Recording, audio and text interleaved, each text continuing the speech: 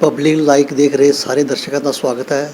ਅੱਜ ਅਸੀਂ ਤੁਹਾਨੂੰ ਮਿਲਾਨ ਜਾ ਰਹੇ ਹਾਂ ਇੱਕ ਮਹਾਨ ਸ਼ਖਸੀਅਤ ਸਾਡੇ ਹਲਕਾ ਸੁਜਾਨਪੁਰ ਤੋਂ ਸ਼੍ਰੀ ਜਗਦੀਸ਼ ਸਿੰਘ ਜੀ, ਜਿਨ੍ਹਾਂ ਨੇ ਪਠਾਨਕੋਟ ਜ਼ਿਲ੍ਹੇ ਨੂੰ ਚੁਣ ਕੇ ਇੱਕ ਨਵਾਂ ਸਬਜੈਕਟ ਐਗਰੈਸਿਵ, ਜਿਸ ਨੂੰ ਆਪਾਂ ਪੰਜਾਬੀ ਵਿੱਚ ਝਗੜਾਲੂ, ਉਹਨਾਂ ਦੇ ਬੱਚਿਆਂ ਦੇ ਮਨੋਭਾਵ ਨੂੰ ਲੈ ਕੇ ਇੱਕ ਰਿਸਰਚ ਕਰਕੇ PhD ਕੀਤੀ ਹੈ। ਅੱਜ ਉਹਨਾਂ ਨਾਲ ਆਪਾਂ ਚਰਚਾ ਕਰਨ ਜਾ ਰਹੇ ਹਾਂ। ਜਗਦੀਸ਼ ਜੀ, ਤੁਹਾਡਾ ਇਸ ਪਬਲਿਕ ਲਾਈਵ 'ਚ ਬਹੁਤ ਬਹੁਤ ਸਵਾਗਤ ਹੈ। ਤੁਸੀਂ ਅੱਜ ਦਰਸ਼ਕਾਂ ਸਾਡੇ ਨੂੰ ਦੱਸੋ ਕਿ ਇਸ ਸਬਜੈਕਟ ਨੂੰ ਤੁਸੀਂ ਚੁਣਿਆ, ਇਸ ਜ਼ਿਲ੍ਹੇ ਨੂੰ ਤੁਸੀਂ ਚੁਣਿਆ, ਬੱਚਿਆਂ ਦੇ ਮਨੋਵਿਗਿਆਨ ਮਨੋਭਾਵ ਨੂੰ ਲੈ ਕੇ ਜੋ ਤੁਸੀਂ ਆਪਣੀ ਬੁੱਕ ਵਿੱਚ ਲਿਖਿਆ, ਉਸ ਬਾਰੇ ਥੋੜ੍ਹੀ ਜਿਹੀ ਸਾਡੇ ਨਾਲ ਚਰਚਾ ਕਰੋ ਅਤੇ ਲੋਕਾਂ ਨੂੰ ਵੀ ਥੋੜ੍ਹਾ ਜਿਹਾ ਸਾਡੇ ਦੱਸੋ।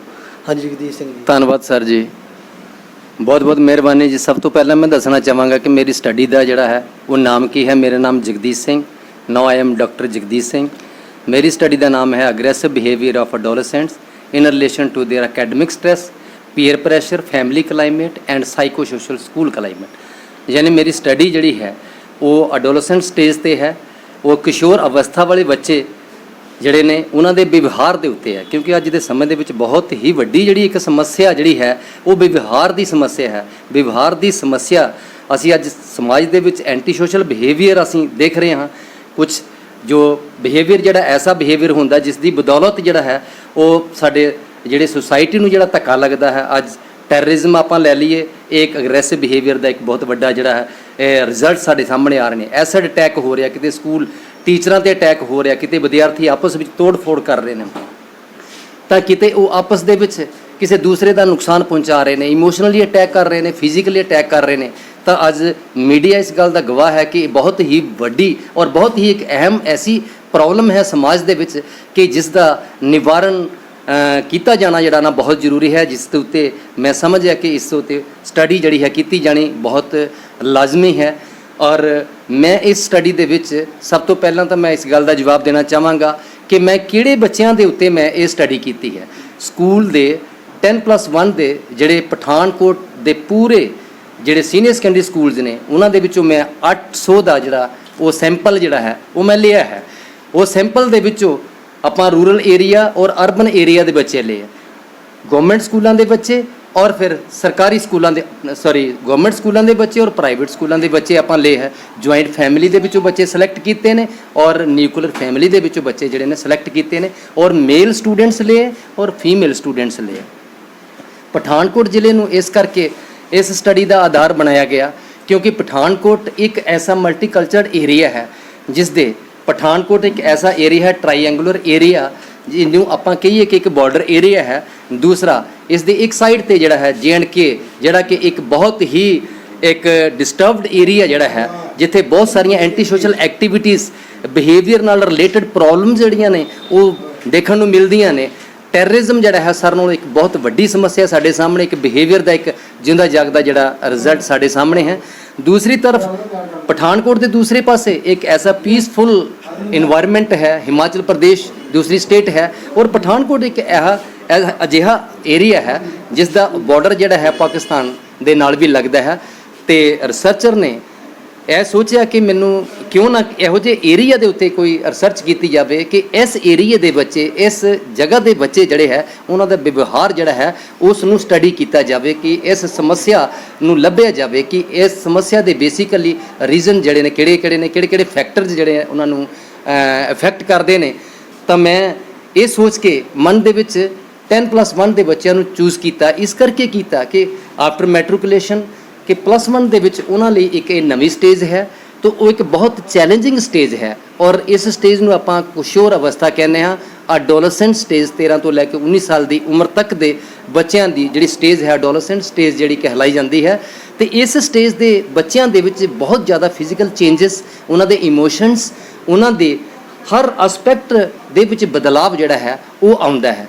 ਉਹ ਨੈਚੁਰਲੀ ਹੈ ਕਿ ਉਹ ਸਾਈਕੋਲੋਜੀਕਲੀ ਉਹਦੇ ਵਿੱਚ ਚੇਂਜ ਆਉਂਦੀਆਂ ਨੇ, ਉਹਨਾਂ ਦੇ ਇਮੋਸ਼ਨ ਜਿਹਨੂੰ ਸਮਝਣਾ ਬਹੁਤ ਜ਼ਰੂਰੀ ਹੈ। ਤਾਂ ਇਸ ਸਟੇਜ ਦੇ ਬੱਚੇ ਦੇ ਅਗਰ ਉਹ ਕੋਈ ਸੁਸਾਇਟੀ ਦੇ ਪੱਖ ਦੇ ਵਿੱਚ ਕੰਮ ਕਰਦੇ ਨੇ ਤਾਂ ਉਹ ਬਹੁਤ ਹੀ ਵਧੀਆ ਕੰਮ ਕਰ ਜਾਂਦੇ ਨੇ। ਕਈ ਸਾਰੀਆਂ ਉਦਾਹਰਨਾਂ ਸਾਡੇ ਸਾਹਮਣੇ ਨੇ। ਅਤੇ ਜੇ ਉਹ ਦੂਸਰੇ ਪਾਸੇ ਨੂੰ ਤੁਰਦੇ ਨੇ ਕਿ ਅਗਰ ਉਹਨਾਂ ਦਾ ਬਿਹੇਵੀਅਰ ਜਿਹੜਾ ਹੈ ਉਹ ਐਂਟੀ ਸੋਸ਼ਲ ਹੈ ਤਾਂ ਫਿਰ ਬਹੁਤ ਬੁਰੀਆਂ ਜਿਹੜੀਆਂ ਘਟਨਾਵਾਂ ਕਿੰਨੇ ਬੱਚਿਆਂ ਨੂੰ ਜਾਂ ਕਿੰਨੇ ਸਕੂਲਾਂ ਨੂੰ ਲੈ ਕੇ ਤੁਸੀਂ ਇਸ ਨੂੰ ਸਰਵੇ ਨੂੰ ਪੂਰਾ ਕੀਤਾ ਹੋਇਆ? ਇਹ ਜੀ 32 ਸਕੂਲ ਪਠਾਨਕੋਟ ਜ਼ਿਲ੍ਹੇ ਦੇ ਜੀ। ਤੁਹਾਨੂੰ ਕਿਸ ਕਿਸ ਤਰ੍ਹਾਂ ਦੇ ਬੱਚੇ ਮਿਲੇ ਜਾਂ ਕਿ ਉਹ ਕੋਈ ਯਾਦਗਾਰ ਬੱਚੇ ਵੀ ਹੋਣ ਜਿਨ੍ਹਾਂ ਦਾ ਤੁਸੀਂ ਬਿਹੇਵੀਅਰ ਜਾਂ ਕਿਸ ਤਰ੍ਹਾਂ ਦਾ ਤੁਹਾਨੂੰ ਲੱਗਿਆ ਉਸ ਤਰ੍ਹਾਂ ਦੇ ਕੋਈ ਯਾਦਗਾਰ ਹੋਏ ਸੀਨ ਹੋਏ ਤੁਹਾਨੂੰ? ਦੇਖੋ ਜੀ, ਜਦੋਂ ਆਪਾਂ ਬੱਚਿਆਂ ਨੂੰ ਮਿਲੇ ਹਾਂ ਤਾਂ ਉਹ ਤਾਂ ਇੱਕ ਉਹਨਾਂ ਦਾ ਆਊਟਰ ਬਿਹੇਵੀਅਰ, ਐਕਸਟਰਨਲ ਬਿਹੇਵੀਅਰ ਹੋ ਸਕਦਾ। ਉਸ ਵੇਲੇ ਅਸੀਂ ਉਹਨਾਂ ਦਾ ਬਿਹੇਵੀਅਰ ਨੂੰ ਨੋਟ ਨਹੀਂ ਕੀਤਾ। ਸਾਡੇ ਇਸ ਬਿਹੇਵੀਅਰ ਨੂੰ ਜੱਜ ਕਰਨ ਵਾਸਤੇ, ਇਹਨੂੰ ਅਸੈਸ ਕਰਨ ਵਾਸਤੇ ਸਾਡੇ ਇੱਕ ਸਾਈਕੋਲੋਜੀਕਲ ਟੂਲਸ ਹੁੰਦੇ ਆ ਜੀ। ਜਿਸ ਤਰ੍ਹਾਂ ਕਿ ਐਗਰੈਸ਼ਨ ਟੂਲ ਹੈ ਜੀ, ਉਹ ਸਟੈਂਡਰਡਾਈਜ਼ ਟੂਲ ਹੈ। ਉਸ ਟੂਲ ਦੇ ਅਕੋਰਡਿੰਗਲੀ ਅਸੀਂ ਉਹਦੇ ਬਿਹੇਵੀਅਰ ਨੂੰ ਅਸੀਂ ਨੋਟ ਕਰਨਾ ਹੈ। ਕਿਆ ਇਸ ਲਈ ਤੁਸੀਂ ਕਿਸੇ ਮਨੋਵਿਗਿਆਨਿਕ ਦੀ ਸਹਾਇਤਾ ਵੀ ਲਈ ਹੈ ਜਾਂ ਆਪਣੇ ਆਪ ਹੀ ਇਸ ਸਰਵੇ ਨੂੰ ਪੂਰਾ ਕੀਤਾ ਗਿਆ? ਨਹੀਂ ਜੀ, ਨਹੀਂ, ਬਿਲਕੁਲ ਜੀ। ਮੇਰੇ ਆਨਰੇਬਲ, ਮੇਰੇ ਸੁਪਰਵਾਈਜ਼ਰ, ਮੇਰੇ ਜਿਹੜੇ ਗਾਈਡ ਨੇ ਡਾਕਟਰ ਪਵਨ ਕੁਮਾਰ ਜੀ, ਉਹਨਾਂ ਦੇ ਬਿਨਾਂ ਤੇ ਮੈਂ ਇਹ ਰਿਸਰਚ ਕਰ ਹੀ ਨਹੀਂ ਸੀ ਸਕਦਾ ਸੀ। ਠੀਕ ਹੈ ਜੀ। ਇਸ ਸਟੱਡੀ ਦੇ ਵਿੱਚ ਬਹੁਤ ਸਾਰੇ ਲੋਕਾਂ ਦਾ ਯੋਗਦਾਨ ਹੈ। ਜੇ ਮੈਂ ਨਾਮ ਲੈਣ ਲੱਗਾ ਤਾਂ ਬਹੁਤ ਸਾਰਾ ਸਮਾਂ ਲੱਗ ਜਾਏਗਾ, ਕਿਉਂਕਿ ਇਕੱਲਾ ਕੋਈ ਵੀ ਇਨਸਾਨ ਕੁਝ ਨਹੀਂ ਕਰ ਸਕਦਾ। ਬਹੁਤ ਵੱਡਾ ਯੋਗਦਾਨ ਰਿਹਾ ਮੇਰੇ ਸਾਥੀਆਂ ਦਾ, ਕੋਈ ਟੀਚਰਸ ਦਾ ਬਹੁਤ ਵੱਡਾ ਯੋਗਦਾਨ ਰਿਹਾ, ਜਿਨ੍ਹਾਂ ਨੇ ਡਾਟਾ ਕਲੈਕਸ਼ਨ ਦੇ ਵਿੱਚ ਮੇਰੀ ਬਹੁਤ ਇਸ ਐਗਰੈਸਿਵ ਸਬਜੈਕਟ ਨੂੰ ਤੁਸੀਂ ਚੁਣਿਆ, ਕਿਉਂ ਚੁਣਿਆ ਤੁਸੀਂ ਇਸ ਨੂੰ? ਹਾਂਜੀ, ਮੈਂ ਇਸ ਕਰਕੇ, ਦੇਖੋ ਜੀ, ਮੈਂ ਅਸਿਸਟੈਂਟ ਪ੍ਰੋਫੈਸਰ ਦੇ ਤੌਰ ਤੇ ਪਿਛਲੇ ਲਗਭਗ 13 ਸਾਲ ਤੋਂ ਮੈਂ ਯੂਨੀਵਰਸਿਟੀ ਅਪਰੂਵਡ ਅਸਿਸਟੈਂਟ ਪ੍ਰੋਫੈਸਰ ਹਾਂ। ਸ਼੍ਰੀ ਸਾਈਂ ਕਾਲਜ ਆਫ ਐਜੂਕੇਸ਼ਨ ਬਧਾਨੀ ਵਿੱਚ ਮੈਂ ਅਸਿਸਟੈਂਟ ਪ੍ਰੋਫੈਸਰ ਦੇ ਤੌਰ ਤੇ ਕੰਮ ਕਰ ਰਿਹਾ ਹਾਂ। ਤਾਂ ਆਪਾਂ ਐਜੂਕੇਸ਼ਨ ਦੀ ਗੱਲ ਕਰੀਏ ਤਾਂ ਐਜੂਕੇਸ਼ਨ ਦੀ, ਜੇ ਆਪਾਂ ਡੈਫੀਨੇਸ਼ਨ ਦੀ ਗੱਲ ਕਰੀਏ ਤਾਂ ਐਜੂਕੇਸ਼ਨ ਦੀ ਡੈਫੀਨੇਸ਼ਨ ਹੀ ਇਹੀ ਹੈ, ਪਰਿਭਾਸ਼ਾ ਹੈ ਕਿ modification of the behaviour of the child, ਕਿ ਅਸੀਂ ਬੱਚੇ ਦੇ ਵਿਵਹਾਰ ਦੇ ਵਿੱਚ ਤਬਦੀਲੀ ਲਿਆਉਣੀ ਹੈ। ਜੋ ਤਬਦੀਲੀ ਆਪਾਂ ਚਾਹੁੰਦੇ ਹਾਂ, ਕਿ ਜੋ ਆਪਾਂ ਉਹਦੇ ਵਿਵਹਾਰ ਦੇ ਵਿੱਚ ਆਪਾਂ ਕਮੀ ਮਹਿਸੂਸ ਕਰਦੇ ਹਾਂ, ਉਸ ਕਮੀ ਨੂੰ ਦੂਰ ਕਰਨ ਵਾਸਤੇ ਅਸੀਂ ਐਜੂਕੇਸ਼ਨ ਦਾ ਇੱਕ ਬਹੁਤ ਵੱਡਾ ਰੋਲ ਹੈ। ਐਜੂਕੇਸ਼ਨ ਦਾ ਮੇਨ ਮਤਲਬ ਇਹੀ ਹੈ ਕਿ ਉਹਦੇ ਵਿਵਹਾਰ ਦੇ ਵਿੱਚ ਤਬਦੀਲੀ ਲਿਆਂਦੀ ਜਾਵੇ। ਤਾਂ ਵਿਵਹਾਰ ਤੁਸੀਂ ਹੁਣ ਜਿਹੜੇ ਕਿਸ਼ੋਰ ਹੈ ਉਹ, ਹਾਂਜੀ ਜਗਦੀਸ਼ ਜੀ, ਤੁਸੀਂ ਆਪਣੀ ਸਰਚ ਦੇ ਦੌਰਾਨ ਹੁਣ ਤੁਸੀਂ ਕਿਸ ਨਿਸ਼ਕਰਸ਼ ਤੇ ਪੁੱਜੇ ਹੋਏ ਬੱਚਿਆਂ ਦੇ ਮਾਮਲਿਆਂ ਵਿੱਚ? ਹਾਂ ਜੀ ਸਰ, ਮੇਰੀ ਸਟੱਡੀ ਜਿਹੜੀ ਅਗਰੈਸਿਵ ਬਿਹੇਵੀਅਰ ਸੀ ਕਿ ਮੈਂ ਪਹਿਲਾਂ ਤੋਂ ਬਿਆਨ ਕਰ ਚੁੱਕਿਆ ਵਿਸਤਾਰ ਦੇ ਵਿੱਚ। ਤੇ ਅਗਰੈਸਿਵ ਬਿਹੇਵੀਅਰ ਦਾ ਜੋ ਰਿਜ਼ਲਟਸ, ਜੋ ਫਾਈਂਡਿੰਗਸ ਮੇਰੀ ਸਟੱਡੀ ਦੀਆਂ ਮੇਰੇ ਸਾਹਮਣੇ ਆਈਆਂ ਨੇ, ਪਹਿਲੀ ਤੇ ਗੱਲ ਇਹ ਹੈ ਕਿ ਜੋ ਮੇਲ ਸਟੂਡੈਂਟ ਸੀ ਕਿ ਔਰ ਫੀਮੇਲ ਸਟੂਡੈਂਟਸ ਦੇ ਅਗਰੈਸਿਵ ਬਿਹੇਵੀਅਰ ਦੇ ਵਿੱਚ ਕੋਈ ਅੰਤਰ ਨਹੀਂ ਆਇਆ। ਅਗਰ ਆਇਆ ਅੰਤਰ ਤੇ ਉਹ ਨੈਗਲੀਜੀਬਲ ਹੈ, ਕੋਈ ਅੰਤਰ ਨਹੀਂ ਕਿ ਜਿੰਨੇ ਬੱਚੇ ਜਿਹੜੇ ਮੇਲ ਜਿਹੜੇ ਨੇ ਅਗਰੈਸਿਵ ਨੇ, ਉਨੇ ਜਿਹੜੇ ਨੇ ਉਹ ਫੀਮੇਲ ਅਗਰੈਸਿਵ ਨੇ। ਦੂਸਰਾ, ਗਵਰਨਮੈਂਟ ਸਕੂਲਾਂ ਦਾ ਤੇ ਪ੍ਰਾਈਵੇਟ ਸਕੂਲ ਦੇ ਜਿਹੜੇ ਕਿਸ਼ੋਰ ਅਵਸਥਾ ਦੇ ਬੱਚੇ ਜਿਨ੍ਹਾਂ ਦਾ ਸੈਂਪਲ ਲਿਆ ਸੀ, ਉਹਨਾਂ ਦੇ ਅਗਰੈਸਿਵ ਬਿਹੇਵੀਅਰ ਦੇ ਵਿੱਚ ਵੀ ਕੋਈ ਅੰਤਰ ਨਹੀਂ ਆਇਆ। ਤੀਸਰਾ ਜਿਹੜਾ ਹੈ ਮੇਲ ਫੀਮੇਲ, ਗਵਰਨਮੈਂਟ ਸਕੂਲ ਔਰ ਪ੍ਰਾਈਵੇਟ ਸਕੂਲ। ਔਰ ਉਸ ਤੋਂ ਬਾਅਦ ਜਿਹੜਾ ਹੈ ਕਿ ਅਗਰ ਕਿਤੇ ਅੰਤਰ ਆਇਆ ਹੈ ਤਾਂ ਉਹਨਾਂ ਬੱਚਿਆਂ ਦੇ ਵਿੱਚ ਆਇਆ ਹੈ ਕਿ ਜੁਆਇੰਟ ਫੈਮਿਲੀਆਂ ਦੇ ਵਿੱਚ।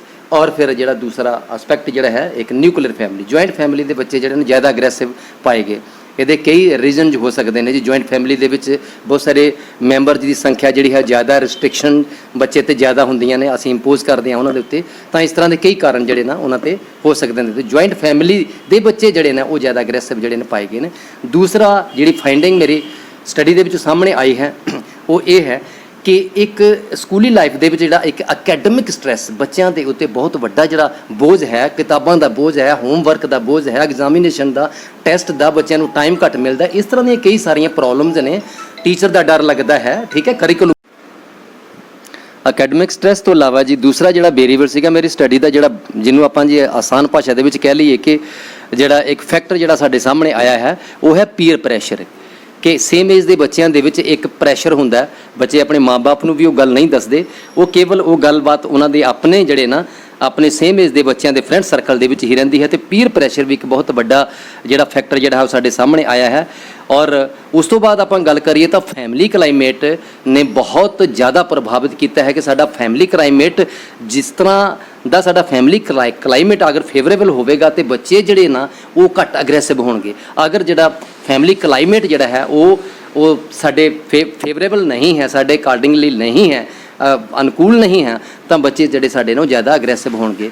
ਤੇ ਪਰਿਵਾਰ ਦੇ ਵਿੱਚ ਕਿਸੇ ਵੀ ਤਰ੍ਹਾਂ ਦੀ ਕੋਈ ਸਮੱਸਿਆ ਜਿਹੜੀ ਹੈ ਇਸ ਤਰ੍ਹਾਂ ਦੀ ਨਹੀਂ ਆਉਣੀ ਚਾਹੀਦੀ, ਜਿੱਥੋਂ ਬੱਚੇ ਜਿਹੜੇ ਹੈ ਨਾ ਉਹ ਇੱਕ ਸੁਸਾਇਟੀ ਜਿਹੜੀ ਹੈ, ਮਿੰਨੀ ਸੁਸਾਇਟੀ ਜਿਹੜੀ ਹੈ ਆਪਾਂ ਕਹਿੰਦੇ ਹਾਂ ਫੈਮਿਲੀ ਤੋਂ ਹੀ ਉਹ ਸਿੱਖਣਾ ਸਟਾਰਟ ਕਰਦੇ ਆ। ਅੱਜ ਬੱਚਾ ਜੋ ਕੁਝ ਵੀ ਹੈ ਉਹ ਉਹਦੀ ਫੈਮਿਲੀ ਦੀ ਉਹ ਪ੍ਰੋਡਕਟ ਹੈ, ਫੈਮਿਲੀ ਦੇ ਵਿੱਚ ਜੋ ਕੁਝ ਹੈਗਾ ਉਸ ਦੀ ਵਜ੍ਹਾ ਦੇ ਨਾਲ ਹੈ। ਤਾਂ ਇਹ ਕੁਝ ਫੈਕਟਰ ਸੀਗੇ ਕਿ ਅਕੈਡਮਿਕ ਸਟ੍ਰੈਸ ਜਾਂ ਆਪਾਂ ਜੇ ਪੀਅਰ ਪ੍ਰੈਸ਼ਰ ਜਾਂ ਫੈਮਿਲੀ ਕਲਾਈਮੇਟ ਨੇ ਬਹੁਤ ਵੱਡਾ ਜਿਹੜਾ ਇੱਕ ਰੋਲ ਅਦਾ ਕਰਦੇ ਨੇ ਬੱਚੇ ਦੇ ਅਗਰੈਸਿਵ ਹੋਣ ਦੇ ਵਿੱਚ। ਤਾਂ ਇਹ ਸੀਗੇ 3 ਫੈਕਟਰ ਸੀਗੇ ਜਿਹੜੇ ਮੇਰੀ ਸਟੱਡੀ।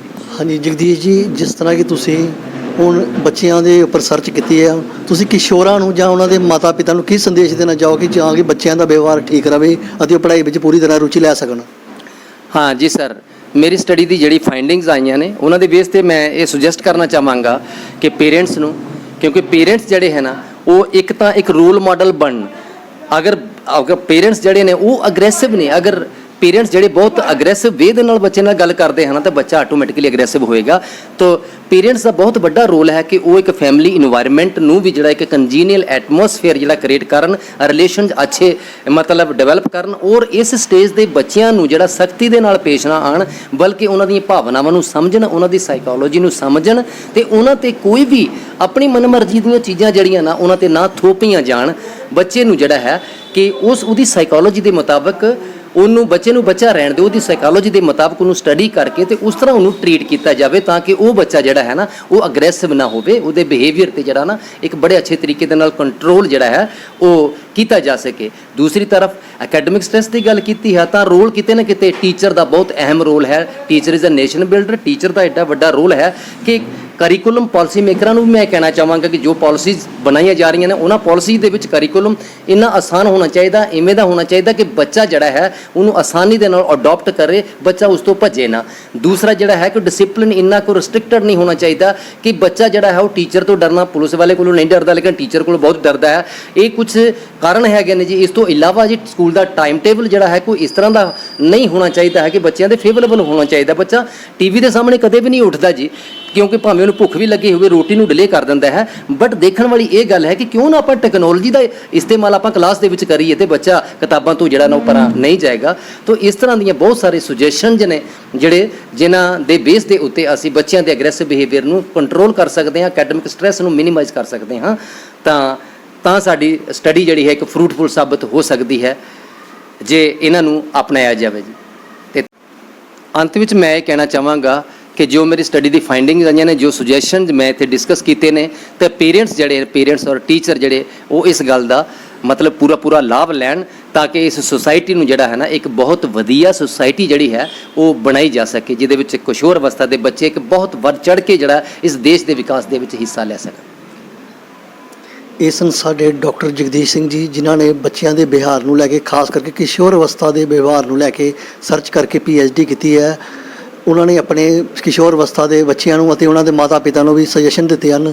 ਮੈਂ ਉਮੀਦ ਕਰਦਾ ਹਾਂ ਕਿ ਲੋਕ, ਬੱਚੇ ਅਤੇ ਉਹਨਾਂ ਦੇ ਮਾਤਾ ਪਿਤਾ ਇਸ ਸੁਜੈਸ਼ਨਾਂ ਦੇ ਲੈ ਕੇ ਆਪਣੇ ਬੱਚਿਆਂ ਦੀ ਪੜ੍ਹਾਈ ਨੂੰ ਸੁਚਾਰੂ ਰੂਪ 'ਚ ਚਲਾ ਸਕਣਗੇ ਅਤੇ ਆਪਣੇ ਬੱਚਿਆਂ ਦਾ ਜੀਵਨ ਸੁਖਮਈ ਬਣਾ ਸਕਣਗੇ।